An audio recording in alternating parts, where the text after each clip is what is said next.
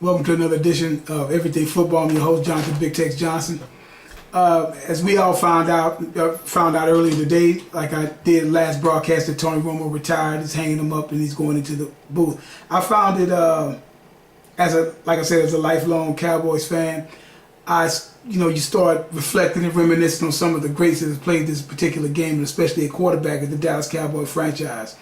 And one of the main things that I've seen that a lot of things are overlooked, because Tony Romo, when the years pass by and when he gets inducted into the ring of honor or ring of fame that the Cowboys have, which I know he will, it's a forgotten player of the Cowboys, and he played quarterback, and he doesn't get any recognition, any notoriety, or he's not really even noticed at all when you start bringing up the quarterbacks from that particular franchise and what he had to do.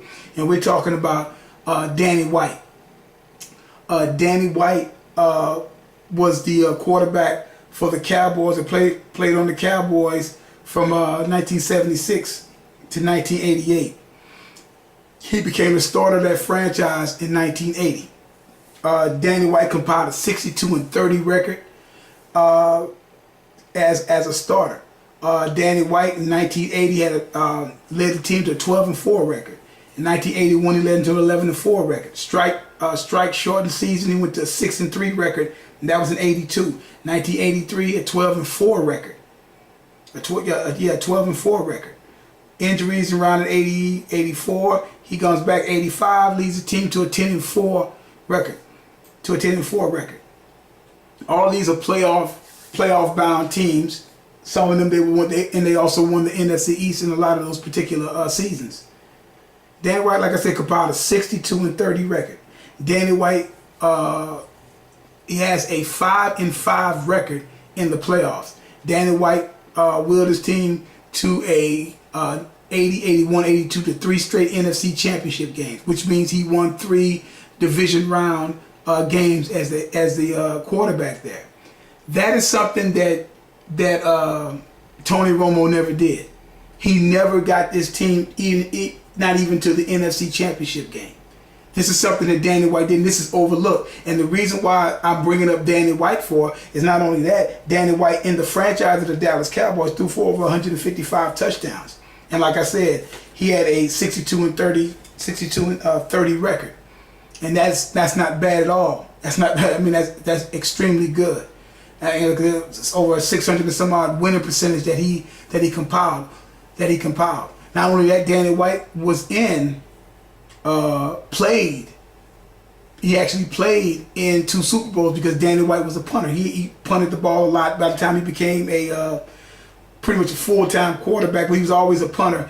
Danny White had a 40.4 yard average punting the ball. So Danny White has a Super Bowl ring, played the Super Bowl 78, 79, and he was the punter. And then became the full-time quarterback. And if people know and remember, like I remember going back, that if Dallas might have was in trouble sometime and the game might have been like it might be getting out of hand a little bit, what would Danny White do?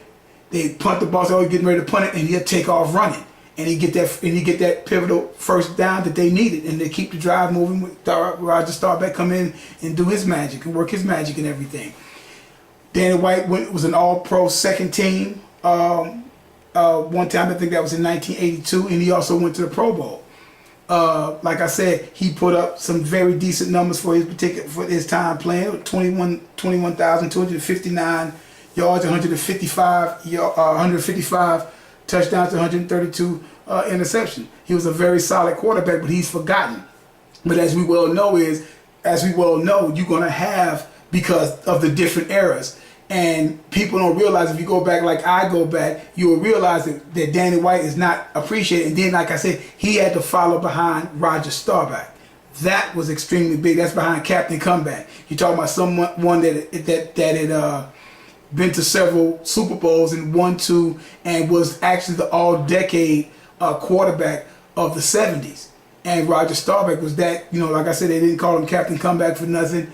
And Roger Staubach was, he was that quarterback of that franchise. And even you think of Cowboys, you think of Roger Staubach, especially during that era, almost even up to now. And he had to fill those shoes. And he went to 3 NFC 3 straight NFC Championship games. Unfortunately, they didn't win. But he had a very solid career, did very good things. But he's pretty much forgotten due to the fact that when you would because of that long wait, more or less, that you had until Troy Aikman came on the scene and started doing the things that he ended up doing and whatnot. I also heard earlier today from a guy by the name of Dan Labertard, who was basically trying to compare, saying, well, Romo has all of the passing records of Cowboys history. He's done all this, and even Troy Aikman don't have 248 touchdowns, but Romo does, and and all this type of and all that type of stuff. Well, like, you can't compare like that, because he said, well, Troy Aikman played the time when Dan Marino was throwing the ball and stuff like that. Well, Dan Marino, Don Shula never put anybody around Dan Marino as far as the running game was concerned, so everything was off of Dan Marino's arm. Troy Aikman played when they had the line and the great Emmitt Smith in the back and that great wall up in front. They didn't have to throw the ball 40 to 45 times a game, which they really started getting accustomed to really in 2006, around 2007 season, where quarterbacks, they're just throwing the ball 40 some odd times a game now. And it's went to another thing with the safety, the safety of the players, and these guys are not, you can't touch these quarterbacks. If Troy Aikman played at a particular time where Troy Aikman can fling it, and everybody knows that. Laser forearm, extremely accurate, but he only threw the ball 18, 19 times a game, maybe 20 times a game. You didn't have to when you can just hand the ball off to Emmett, and he's gonna get you 4 or 5 yards every play.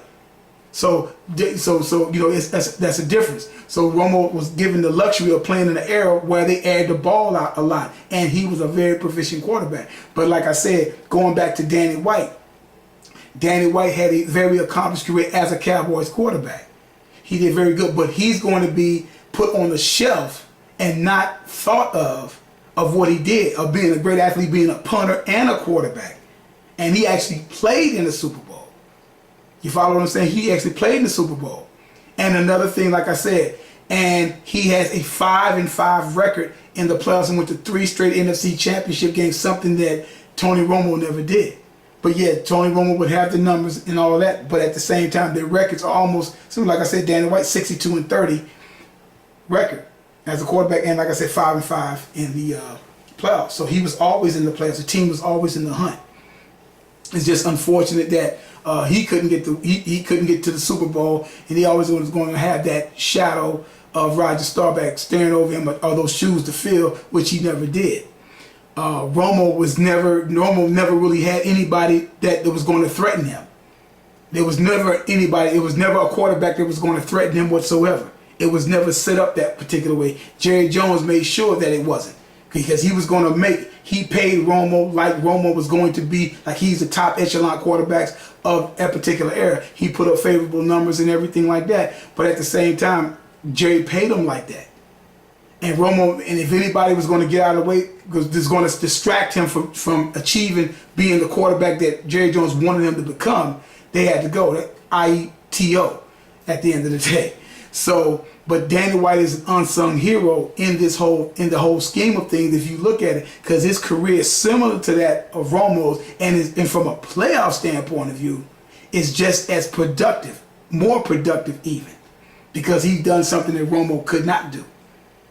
You follow what I'm saying? So, people need to definitely, for people that are fans of the Cowboys or know anything about Cowboy history, they'll realize that, that someone like Danny White was an extremely good quarterback, played on some good teams, on some winning teams that just came up short in these NFC Championship games, be it the Eagles, the San Francisco 49ers, which catapulted a dynasty, and then the heartbreaker that you had to that you had to San Francisco 49ers, as well as losing against the Washington Redskins.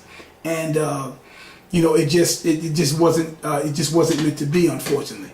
But like I say, but Danny White, salute to Danny White, because everybody's getting nostalgic about Tony Romo, and I just want somebody to take a look and see exactly. I say, but you go back and look and see what Danny White did and compare them. The wins and even the records, compare what they did, and you'll see that Danny White is pretty favorable of what he did as a player and as a quarterback, and he was a pretty good quarterback that played and like I said, accomplished quite a bit. He just couldn't get them to a Super Bowl. Get an opportunity, check me out at my channel on Everything Football 62 YouTube channel. Just subscribe to it. You can go to my Twitter page, Everything Football 62, Untucked Men 62, and you can follow me. And I appreciate that. Y'all have a good one. Thanks.